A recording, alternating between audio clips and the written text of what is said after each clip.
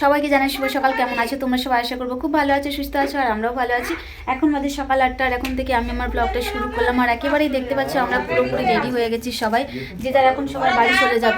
আর আমাদের মানে বাসের টাইমও হয়ে গেল, 8:30টায় বাস আছে। তো চলো ঝটপট খেয়ে নিই, চা বিস্কিট তাড়াতাড়ি খেয়ে দিয়ে একেবারে বেরোবো ঝটপট।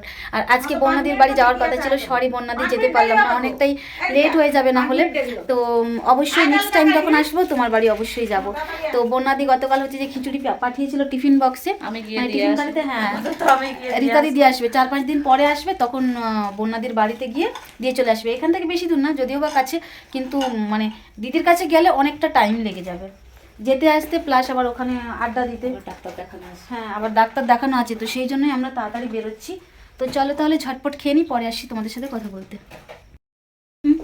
ক্যামেরাম্যান জলদি ফোকাস করো। এই তো ওকে দেখাও, ওকে দেখাও, তোমাকে বেশি বেশি করে দেখাবো, ফেস ভ্যালু করে দাও যাতে ওর দোকানে সবাই আসে। সেই সবাই আসে, আমার জামাইবুর দোকানে সবাই চলে আসবে।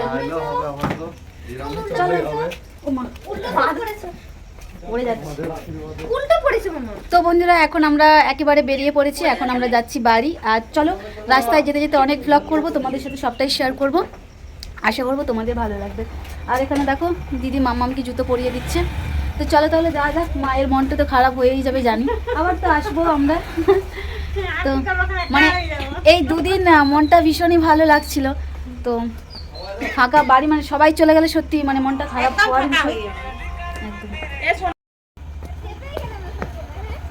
আসছি বৌদি, বৌদি আসছি, চলো।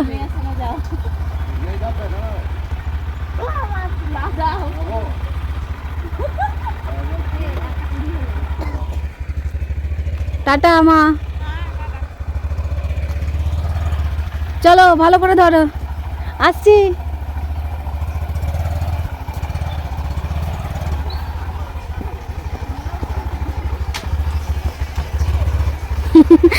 কিভাবে আটকে আছে,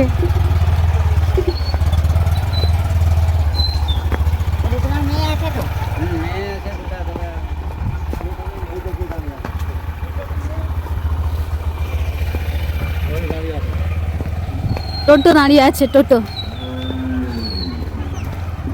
সত্যি কথা বলতে এই দুদিনে এত আনন্দ করলাম রীতাদির বাড়িতে এসে, বাড়ি যাওয়ার সময় না মনটা বড্ড খারাপ হয়ে যাচ্ছে। সবার সাথে দারুণ লাগছিল, ভীষণই এনজয় করেছি, খুবই ভালো লেগেছে আমার। তো বাড়িতে আবার সেই একা একা ভীষণ বোর লাগে। কি বলো তো, আমি না কথা বলতে একটু বেশিই ভালোবাসি না, সেই জন্য সবার সাথেই যে মিশে গেছি আমার খুব ভালো লাগছে। কিন্তু বাড়ি চলে গেলেন আমার কি একাকিত্ব বোধ হয়, তার সাথে মাম্মাম সোনারও। তো কি আর করব, মা মেয়ে দুজনে মিলেই খেলতে থাকি আর বকবক করতে থাকি দুজনে মিলে। তবুও সোনামাটা আছে বলে তাই আমারও ভীষণই ভালো লাগে। হ্যাঁ, সবসময় বকবক করে কথা বলে খুবই ভালো লাগে। তো যাই হোক, চলো এখন আমরা উঠে পড়েছি টোটোতে, আর পেছনে আছে মাম্মাম সোনা জামাইবু, ওরা সবাই আছে। সাঁওতালিটাই দাও, যেমন ভালো ভালো ফেসগুলো দেখায়। এটা এই ক্যামেরা তো ভালো দেখায়, এটাতে একটু। তো বন্ধুরা, এখন আমরা পৌঁছে গেছি পাওয়ার হাউস, বলো পাওয়ার হাউসের কাছে। এই দেখো মামা মাস্তি, ওই যে দেখো, দাঁড়া দেখাচ্ছি। বাবা যাবে বলছিল না? যাবে বলছিল, ডিউটিতে ঢুকে গেল। ও দেখে উঠে রেডি হচ্ছি না। তো মাম্মা আসছে, জামাইবু আসছে, আর মামা আসছেন, দেখতেই পাচ্ছ। এখানে হচ্ছে যে বাবা কাজ করে, ওই যে বাবা টাটা করছে ওইটা, না না তাকে তাকে খুলে দিচ্ছি। বাবা এদিকে আছে, কন্ট্রোল রুমে আছে। হাসি দেখেছো? পুরো একদম ওটো ওটো ওটো ওটো। সবাই কমেন্ট করবে। এখন আমরা সবাই মিলে টোটোতে উঠে গেছি, আর দারুণ এনজয় করতে করতে করতে আমরা যাচ্ছি। সবাই মিলে হাসি ঠাট্টা গল্প মজা এই নিয়েই চলছে, আমাদের বেশ ভালো লাগছে। আর এবারে মাম্মাম সোনাকে নিয়ে এসেছি, ভীষণই ভালো লাগছে জানো তো। তো এখন আমরা চলে এসেছি আষাঢ়িতে, সোনার হচ্ছে যে ডক্টর দেখানোর আছে, সেই জন্যই ঝাড়গ্রাম থেকে আমরা স্টেট বাস ধরে 1 ঘন্টা জার্নি করে একেবারে চলে এলাম আষাঢ়িতে। তো স্টেট বাসটা বেশ সুন্দরভাবেই চলছিল, তো সেই জন্য একেবারে তাড়াতাড়ি পৌঁছে গেছি। আর তো ব্লগ করাই হয়নি, এত ভিড় ছিল বাসে, কি বলবো, বসার তো কোনো জায়গাই ছিল না। অনেকক্ষণ পর বাসে জায়গা পাওয়ার পর মাম্মাম সোনা আর আমি বসলাম দুজনে মিলে। আর মাম্মাম সোনার অবস্থা এত খারাপ হয়ে গেছে বাসের মধ্যে, কি বলবো, সে উল্টি করে করে অবস্থা খারাপ, যা চা খেয়েছিল, বিস্কিট খেয়েছিল, সব একেবারে বের করে দিয়েছে জানো তো। আর পলিথিনটাও নিতে ভুলে গেছি, কি করব। আর ব্যাগের মধ্যে যে ওড়নাটা ঘর থেকে নিয়ে আসবো সেটাও আমি ভুলে গেছি। সত্যি মানে এত ভোলা মন আমার, কি বলবো। সে হাতের মধ্যে উল্টেগুলোকে রেখে মানে কি একটা ব্যাপার।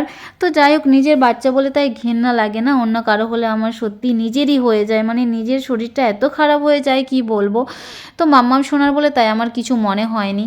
যাই হোক, এখন আমরা খেতে বসে গেছি, দেখতেই পাচ্ছ। আর খুব খিদেও পেয়ে গেছে সবারই, যেহেতু অনেকটাই বেলা হয়ে গেছে, তো সেই জন্য একটু টিফিন করে নিচ্ছি। আর আমারও একটু ক্লান্তি বোধ হচ্ছিল, তো সেই জন্য সেরকমভাবে ভ্লগও শ্যুট করতে পারিনি কিছু না। আমরা কিন্তু ডক্টর দেখিয়ে এখন আমরা বাসে করে আবার ব্যাক করছি। তো মাম্মাম সোনাকে দেখো একেবারে শান্ত হয়ে বসে আছি, আর আমি দাঁড়িয়ে আছি, যদিও বা এক্ষুনি নেমে যাব, তো সেই জন্য আর বসতেও ইচ্ছে হলো না কিছু না। আর এমনিতেই শরীরটা একটু খারাপ, প্রথমেই তোমাদেরকে বলে দিই। ভয়েসটা সেই জন্য জানি না কেমন আসছে, মনে হচ্ছে যেন আমি না খেয়ে কথা বলছি, এরকম একটা ব্যাপার।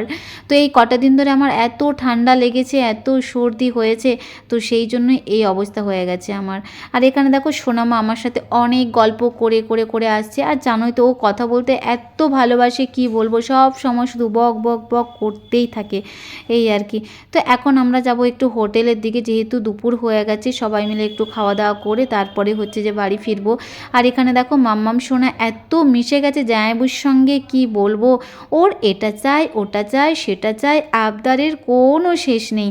হ্যাঁ, এটা নেবে, ওটা নেবে, এই করছে আর কি। আর খুব মিশে গেছে দেখতে পাচ্ছি, আমারও খুব ভালো লাগছে। মাম্মাম সোনা কিন্তু আমাকে এখন চাইছে না, হ্যাঁ, জামাইবুর সাথে সব সময় ঘুরঘুর ঘুরঘুর করছে, এই আর কি। আর দিদি আর জামাইবু তো খুবই ভালো, তার সাথে সোনা তো একদম মিষ্টি মেয়ে আমাদের সোনা, আর এত লাজুক, কি বলবো। যখনই ওর দিকে ক্যামেরা ফোকাস করি তখনই ব্যাস শুরু হয়ে গেল, মাসিমণি তুমি না। আমার এই কথাটা ওর খুব হাসি লাগে, বেশ ভালো লাগে, খুব মিষ্টি আমার সোনাটা। তো চলো, এখন আমরা সবাই হাতটা ধুয়ে নিচ্ছি, এখন আমরা ভেতরের দিকে যাব, খাওয়া দাওয়া করব। খুব খিদেও পেয়ে গেছে, তার মধ্যে আমার এই কটা দিন কি বলবো, পেটটা এত ফুলে ছিল, মানে কি বলবো, এত খারাপ লাগছিল এই কটা দিন ধরে, মনে হচ্ছে যেন আমি কিছুই খাবো না, কিছুই খাবো না, এরকম একটা ভাব ছিল। কিন্তু আজকে ওই যে ডক্টর দেখাতে গিয়েছিলাম, ওখানে একটু টয়লেট করার পর তবুও একটু ভালো লাগলো শরীরটা। তো এখন মোটামুটি অনেকটাই ভাত খেতে পেরেছি। খাওয়া দাওয়া করে একেবারে বেরিয়ে গেলাম, আবার দোকানে চলে এলাম বেরিয়ে, দেখতেই পাচ্ছ। আর হ্যাঁ, হোটেলে না অনেক হচ্ছে যে কাকিমাদের সাথে দেখা হয়েছিল। আমরা যখন খাচ্ছিলাম তখন আমাদের দিকে তাকিয়েই ছিল অনেকক্ষণ ধরে, আমি বুঝতে পারছি না কেন তাকিয়ে আছে। আবার বাইরে বেরোলাম, বেরিয়ে দেখছি বা ওনারাও বাইরে বেরিয়ে আমাদেরকে দেখছে। তখন আমি জিজ্ঞেস করলাম যে কিছু বলবেন আপনারা? বলছে হ্যাঁ, তোমাদেরকে দেখেছি ভিডিওতে। এত ভালো লাগে না যখন একটা পরিবারের মানুষগুলো আমাকে কাছে টেনে নেয়, আমার সাথে গল্প করে, আমার সাথে কথা বলে, সত্যি ভীষণই ভালো লাগে। সেটা না আলাদা রকম একটা অনুভূতি, ভীষণ ভীষণ ভালো লাগে। এই ইউটিউবে আসার পর থেকে এত মানুষের সাথে পরিচয় হয়েছে, রাস্তাঘাটে বেরোলে এত মানুষ আমার সাথে কথা বলে, সত্যি আমি তো ভীষণ হ্যাপি, খুবই ভালো লাগে আমার। তো যাই হোক, কাকিমাদের ওখানে খাওয়া দাওয়া করলাম, বেশ ভালোই লাগলো। আর সত্যি কাকিমা রান্নাবান্নাগুলো কিন্তু অসাধারণ হয়েছে, তৃপ্তি করেই কিন্তু আমরা খেয়েছি। তো যাই হোক, চলো এখন আমরা টোটোতে উঠে পড়েছি, এখন আমরা যাচ্ছি রাধা মোহনপুরে। আর মানে দিদি, আমি আর মাম্মাম, আমরা তিনজন আছি, জামাইবু ওরা হচ্ছে যে বাসে করে চলে গেছে। আর ইত্যাদি এত কান্না করে করে আসছে, কি বলবো, আমার এত খারাপ লাগছে, এত খারাপ লাগছে দিদির কান্না দেখে, মানে কি বলবো। ডক্টর যখন দেখানো হয় তখন তো খুব কান্না করছে, প্লাস যখন আমরা হচ্ছে যে টোটোতে উঠে আসছি খুব কান্না করে করে আসছে। কি বলো তো, সন্তান না, তো সোনার জন্য খুবই চিন্তা হচ্ছিল দিদির, আর খুব মিস করছে সোনাকে, শুধু বারবার বলছে আমি বাড়ি যাব না, বাড়ি যাব না। এখন দিদি হচ্ছে যে ব্যান্ডেলে যাচ্ছে নিজেদের বাড়িতে, যেহেতু কালকে হচ্ছে যে দিদির এক্সাম আছে, তো সেই জন্য দিদিকে যেতেই হবে। মাঝখানে তো বারবার শুধু বলছিল আমি যাবই না, সোনাকে ছেড়ে আমি যাবই না। তো জামাইবু অনেক করে বোঝালো, তারপরে হচ্ছে যে আমাদের সোনামাও অনেক করে বোঝালো, আমিও অনেক করে বোঝালাম।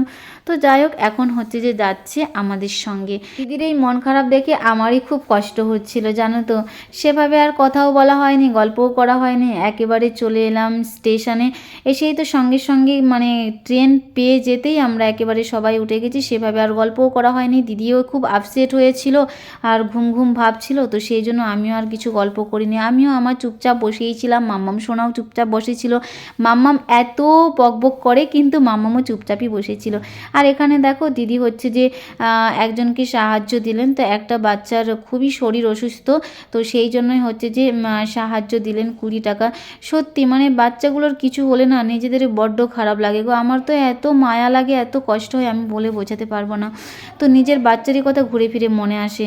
ভগবান করুক পৃথিবীর সমস্ত বাচ্চা যেন সুস্থ থাকে, স্বাভাবিক থাকে। সত্যি বাচ্চাদের কিছু হলে না নিজেদের বড্ড খারাপ লাগে গো, ভীষণ খারাপ লাগে।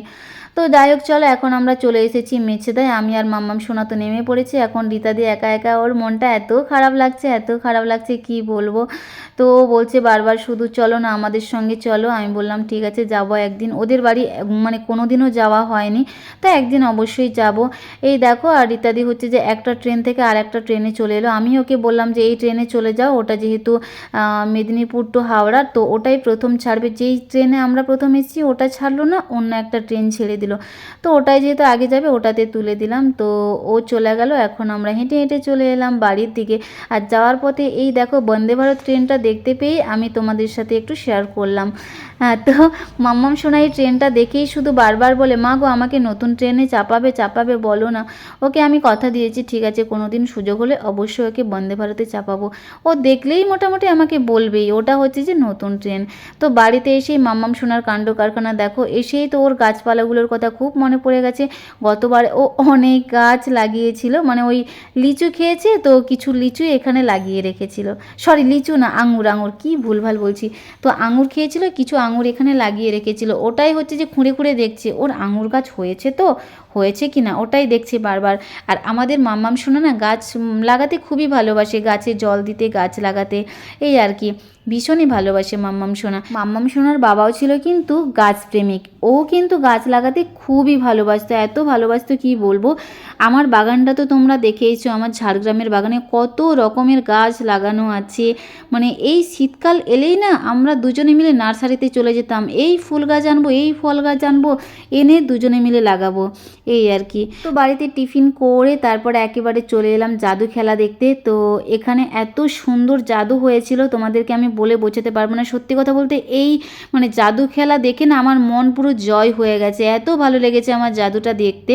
আর মানে সেকেন্ড টাইম দেখলাম এরকম জাদু, আমি সেই হোস্টেলে যখন পড়তাম হোস্টেল লাইফে আমি দেখেছি সুন্দর জাদু, আর দ্বিতীয়বার আবার দেখলাম বেশ ভালো লাগছে। ওই যে টায়ারটা দেখতে পেলে না ওটা একেবারে সাফ করে দিয়েছিল। তারপরে এই যে বাচ্চাটাকে এর ভেতরে ঢোকাচ্ছে না, বাচ্চাটাকে দেখতেই পেলাম না আমরা, পুরো কোথায় ভ্যানিশ হয়ে গেল দেখতেই পেলাম না, শুধু জামাটাই পড়েছিল। তো ভীষণই ভালো হয়েছে। আমার এত কষ্ট হচ্ছিল বাচ্চাটাকে দেখে, তো সেই জন্য ওই বাচ্চাটাকে আবার অনেক খাবার দাবার কিনে দিলাম। আর প্রত্যেককেই কিন্তু 20 টাকা করে দিয়েছে। দাদা দুটো বলছিল যে তোমরা আমাদেরকে 20 টাকা করেই দাও, বেশি করে দিতে হবে না। তো প্রত্যেকেই কিন্তু বাড়ি থেকে 20 টাকা নিয়ে এসছে, আর সত্যি সবারই কিন্তু মন জয় হয়ে গেছিলো। তো ঠিক আছে চলো আজকের ব্লগটা শেষ করলাম, টাটা।